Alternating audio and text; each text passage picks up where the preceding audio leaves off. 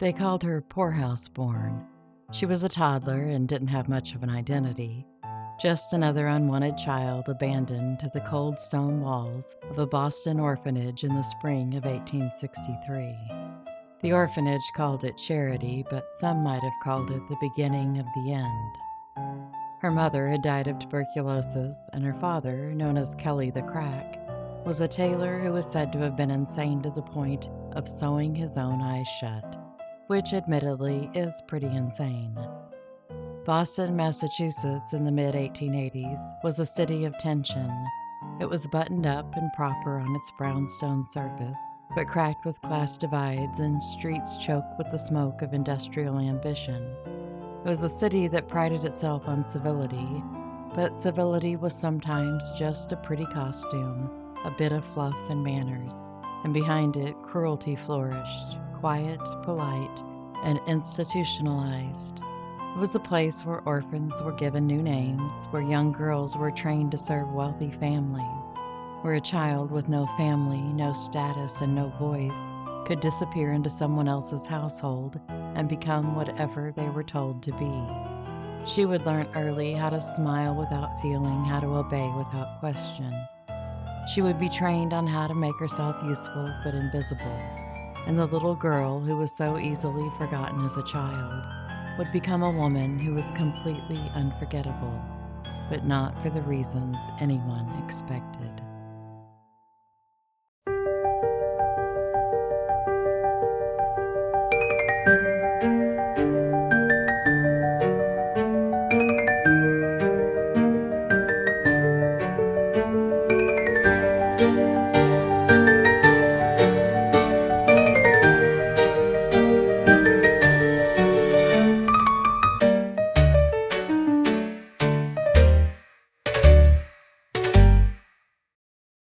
Welcome to, or welcome back to, the Agatha May Detective Agency. I'm Agatha May, and I'm so glad you joined me for another episode of Laced. I struggled with this episode, and it took me a bit to figure out why. And I think it boils down to, I just really don't like this poisoner. She annoys me. If I could, I would go back in time and soundly kick her right in the shins. And this comes from a different place than just not liking her because she was a depraved serial killer. She just seems like she was annoying, tedious, and a bit bland.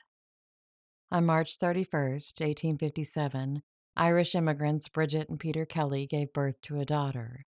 They named her Honora, which means honor or woman of honor. She did not live up to her name. By the time she was 3, her parents would soon leave her, one by death and the other by mental illness.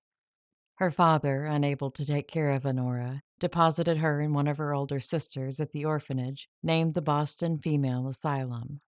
And her life ended the way it began, in an asylum, just a different kind. Honora was 7 when she was chosen by a woman named Jane Toppan in Lowell, Massachusetts. They called it adoption, but it wasn't. Honora was an indentured servant to the Toppans, which was society's polite version of ownership. The Toppans were old stock, well off, and were highly regarded in the proper social circles. So Honora Kelly, the unwanted daughter of a madman, was scrubbed clean, and her name was changed to Jane Toppan, as to not have anyone think that Anne would have dared invite anyone Irish into her home. The Irish were discriminated against more than a little bit at this time in our country's history. The story Jane was given to repeat was that she was Italian and her parents were tragically lost at sea while coming to America. There are stories that Anne Toppan was cruel to Jane, but also stories that she wasn't. And I think it might have been somewhere in between. I mean, having an indentured servant in itself is cruel, but at the time was accepted. I think Jane was more likely raised in partial obscurity. She was to be seen when necessary, during the cleaning and cooking and laundry, and smiling and docile when with the family at church. But she needed to remain hidden in a back room when certain company came to visit. There have been records that she was raised with the Toppin's daughter Elizabeth, but according to census records, Elizabeth was 27 years older than Jane. She was married 2 years before Anne ever signed the contract to take Jane from the orphanage. I think it's more likely that Anne had had Elizabeth to help with the housework, And when Elizabeth got married, even though she and her husband still lived with Anne, it probably wasn't as easy for Anne to boss her around, so Jane was necessary. Jane learned how to survive by becoming exactly what others wanted her to be, and by lying her little hiney off. She made up stories about anything and everything. Her father wasn't Kelly the Crack or an Italian lost at sea. Her father had sailed around the world and was currently in China, coming soon to rescue her. Her sister married a nobleman, and her brother was a war hero, decorated by Abraham Lincoln himself.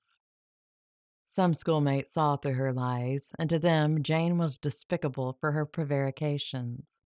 Other of her contemporaries, however, tolerated her and thought her lying was simply a quirk.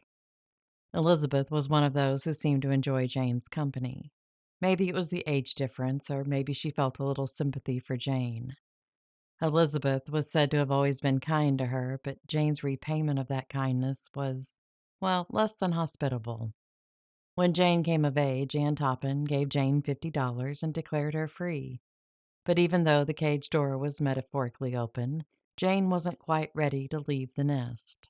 She stayed at the only home she could ever really remember until Anne had had it up to the gills with Jane's lies and told her to go make her way in the world. And boy howdy did she make her way. Jane decided that nursing was her calling in life, and in the late 1880s she entered nursing school at Cambridge Hospital. She excelled in her studies, but her funny little stories, or what others called big fat honkin' lies, followed her to the hospital. Much like her school days, some of her colleagues were annoyed with her lying, while some of the doctors and nurses enjoyed Jane's made-up renditions about her life. She was also seemingly always upbeat and happy, at least on the outside. Her exuberantly joyful persona earned her the nickname Jolly Jane. But Jolly Jane also gave some of her coworkers the heebie-jeebies, to use a medical term. She was interested in autopsies, but to the point of morbid fascination. And those fascinations made some wonder about her mental stability. Her coworkers also noticed items started going missing with Jane's arrival. They were all petty thefts, so they could be written off as the owner just having misplaced the item that was more than likely now firmly in Jane's pocket. She was still considered by some to be an excellent nurse, though. With clipboard in hand, she would make her rounds, her starched white cotton skirt swishing with every step, her rubber-soled shoes making a soft thud against the hard, polished floors. But Jane had a tendency to gravitate toward the patients that were dying. Maybe she just felt that was her calling, to give them peace when they were leaving the earth, or maybe she helped them along their way. She would often stay long after her shift was over, smoothing the crisp white sheets and holding the wrinkled, frail hands of her patients. Jane had a funny way of being by their side when they took their final breath. The patient that was in stable condition that morning was dead by evening. But the medical practice was different then. Patients' deaths weren't necessarily questioned. It was just something that happened, just another part of life. Jane also had the habit of recklessly administering medication to her patients. She seemed to be just a little too free-handed with opiates, particularly morphine. She often got in trouble for altering the patient's medications on her own, but still managed to fool some of the doctors at Cambridge. And she fooled them enough to warrant a recommendation from them to broaden her studies at Massachusetts General Hospital. During her time at Massachusetts General, the same patterns followed Jane: the ridiculous lying, the stealing, and the problems with her inability to follow the medicinal regimen set by the doctor. But then in 1890, Jane broke one of the rules at the hospital. She left the ward without permission. She was immediately dismissed. So, over-medicating patients and stealing anything sparkly that caught her eye could be overlooked, but leaving the ward without asking was no way, chickie. Jane returned to Cambridge Hospital and just couldn't seem to stop herself from once again administering morphine to her patients like it was candy and she was a human Pez dispenser. She was soon released from her duties and never graduated from the nursing program. But that didn't stop her from becoming a private nurse. I guess times were different then, and partial training to be a nurse was good enough. She was invited into the homes of those who had the means to pay her and the patience to tolerate her lies and petty theft. And again, deaths traveled with Jane. Around 1895, Jane rented a room from Israel and Lovely Dunham in Cambridge, but soon misfortune struck and Israel died. His cause of death was a strangulated hernia. Jane then moved in with his wife Lovey, and in 1897, Lovey died at the age of 87. Her cause of death was simply listed as old age. In August of 1899, Jane decided it was time for a vacation, so she met Elizabeth Toppin, now Brigham, at a hotel in the village of Katamet in Cape Cod. By this time, Elizabeth was now 69 years old, and while vacationing with Jane, she fell ill. Within 2 days of the onset of her illness, she was dead. Her cause of death was given as heart failure. Never one to let the grass grow under her feet, by December, Jane was living in the Brigham home under the premise that she was only there to visit for the holidays. While staying with Ormel, Elizabeth's widower, she was taking care of a Mary McNear, a wealthy widow. Mary died December 28, 1899, at the age of 70. Her cause of death was listed as apoplexy, which is the state of being unconscious or incapacity resulting from a cerebral hemorrhage or stroke. On January 12, 1900, Ormel's housekeeper, Florence Calkins, became ill. Some people mentioned how fortunate it was that Jane was there to be a nursemaid to her. 3 days later, poor Flo was dead. Her cause of death was heart failure. Jane next moved on to nurse William Ingraham of Watertown, who died on January 27, 1900. His cause of death was, you guessed it, heart failure. On February 11, 1900, Sarah Connors, matron of St. John's Theological School Refectory, died at the age of 48. Her cause of death was listed as complications of diseases. Fortunately for Jane, Sarah had mentioned to Jane that should anything happen to her, she wanted Jane to take her place as matron. Isn't it just the weirdest thing that something did happen to Sarah, and Jane took her place as matron? Just one of those odd coincidences that happen sometimes, I guess. But Jane was soon let go from her position, however, for some irregularities with the finances. So Jane returned to private nursing and rented a room on Wendell Street in Cambridge. At the beginning of July 1901, Jane had a visitor, Mary Mattie Davis. It wasn't a social call, though. Mrs. Davis had come to collect rent money that Jane owed the family from her summer stays at their hotel in Katamet. That same day, Mattie fell ill. She had fallen prior to traveling to Cambridge, so her illness could have been attributed to that and her diabetes. Jane telegraphed the Davis family to let them know of the illness, and they came out to Cambridge. But by July 4th, Mrs. Davis was dead. Her cause of death was heart failure. Jane returned to Katamet with the family. After all, a grieving family could do with a nurse around. So there they all were, back at the Davises' hotel. During the next couple of weeks, the hotel experienced 3 different fires. One caused considerable damage, but the other 2 were fortunately doused before they got too far. On July 31st, the youngest Davis daughter, Genevieve Gordon, died, and the cause of death was once again heart disease. The patriarch of the Davis family was the next to exit this world under the care of Jane Toppan. He died on August 9th. His cause of death was listed as cerebral apoplexy.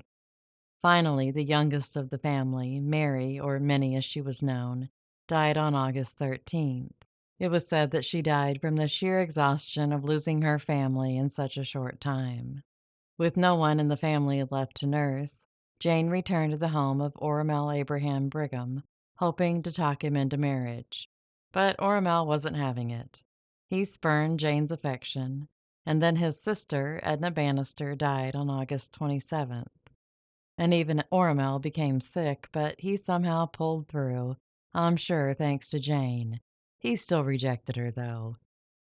While Jane was trying her best to get Ormel to fall deeply in love with her, or even just enough to where she could stick around, another man was planning Jane's demise. Captain Paul Crowell Gibbs, father-in-law to Minnie Davis Gibbs, had started suspecting something was amiss, seeing as how everyone in the Davis family died in rapid succession. He also thought it was strange that Jane managed to be the lone survivor. This doesn't mean that Captain Paul was necessarily any kind of Sherlock Holmes. It simply meant that he had two eyes and at least as many brain cells. Even with as obvious as it was that something was wrong, he still had to plead with investigators to exhume the bodies of the Davis family and have them tested for poison. They finally agreed, and Minnie's and her sister Genevieve's bodies were exhumed on August 30th, and autopsies were performed. The August 31st, 1901 edition of the Boston Daily Globe had an article about those autopsies. And I wonder what Jane thought reading the article that named her as the caretaker of the family. Quote, Miss Jane Toppan of Cambridge, a professional nurse who had spent her summers at Katamet for several years, was the attendant on each one of the patients. Having attended Mrs. Davis in Cambridge and the other members of the family in Katamet, and they consequently lacked no attention that medical skill and professional training could provide. The deaths were not considered extraordinary at the time of their occurrence, except that they came so close together. Mrs. Davis, the first to die, had long been an invalid. Neither of the daughters had been in the best of health for some time previous to their deaths. They were of nervous temperaments in addition to the shock of their mother's death. Their cottage was several times on fire, all contributing to their distress. Considerable damage resulted from one of these fires. All started, it is said, in the kitchen. They were evidently looked upon as matters of accident, and no investigation has been made of them by the fire marshal. End quote. The article went on to suggest they thought nothing was found from the autopsies, but wouldn't make a definite statement until the autopsy reports were completed. Jane attempted suicide with an overdose of morphine on September 29th. Oramel had had enough, and as soon as she was back on her feet, he sent her packing. So she headed to New Hampshire to visit an old friend, Sarah Nichols. And I'm sure her leaving had nothing to do with the article about the autopsies being performed on the Davis sisters. Those autopsies showed that both sisters had morphine and atropine in their systems, which turned out to be Jane's special blend. On October 29, 1901, Jane Toppan was arrested in Amherst, New Hampshire, for the murder of Minnie Davis. She waived extradition and was taken to the Barnstable County Jail. By the next day, Jane made the headlines in newspapers across the country. On Halloween of that year, Jane was arraigned and pleaded not guilty, but it would be another 8 months before her trial began. 3 months before her trial, Jane underwent multiple psychiatric evaluations. And during these evaluations, she admitted that she didn't just enjoy killing, she loved it. To Jane, killing created a sexual thrill for her. She found intimacy in watching the light go out in someone's eyes. She would caress the patient and whisper to them as they left this life. She told the doctors she knew she was different and said she knew she had a compulsion, but she didn't care. If she hadn't been arrested, she said she would not have stopped killing. She enjoyed the feeling too much. The doctors declared her to be insane, and I really don't think too many people would argue with that. Jane Toppan's trial began in June of 1902, and the newspapers couldn't get enough of her. They called her the Angel of Death, and her Jolly Jane nickname resurfaced, this time with a darker tone. How could someone so cheerful have committed such monstrous, depraved acts? But the courtroom wasn't necessarily filled with rage as much as it was filled with fascination. Jane smiled through much of the testimony and sometimes even laughed as witnesses described the deaths of those in her care. She never showed any remorse because she never felt any. She sat through the trial as though everyone was reviewing her work, not judging her for it. The trial itself only took 8 hours, and the jury only needed 20 minutes to find Jane not guilty by reason of insanity. She might not have been guilty, but she wasn't free either. Jane was 50 years old when she was committed to the Taunton Lunatic Asylum. She would spend the rest of her life there. After Jane's trial, it was revealed that she had admitted to 31 murders. She sat, ticking the names off on her fingers, as though it was a list of invites to a party. All those private patients who died from what doctors thought was heart failure had actually been poisoned. Some thought that Jane might have actually killed up to 100 people. Jane Toppan died on August 17, 1938, at the age of 84, and was buried in an unmarked grave. There was no ceremony and no mourners, just the end of a woman who turned what should have been a career of compassion into a mask of horror. One of the most frightening things about Jane is that she didn't hide in the shadows or run through dark alleys. She came out in the daylight with a clipboard, a warm smile, and a shot of medicine for the patient. There's something especially chilling about a killer in a white apron because we don't expect monsters to hold our hands. We don't expect evil to come wrapped in compassion. But Jane Toppan proved that sometimes it does. Thank you so much for joining me on this journey through the twisted mind of Jane Toppan. Join me next time on Lace when we'll head south to a small town where death came with a smile and the line between hospitality and homicide was thinner than anyone realized. She served Sunday dinners, spoke sweetly in church, and kept her poison where most people kept their sugar. By the time the town caught on, it was already too late. Please like, comment, and share as this helps the channel grow. And subscribe so you don't miss what's coming next.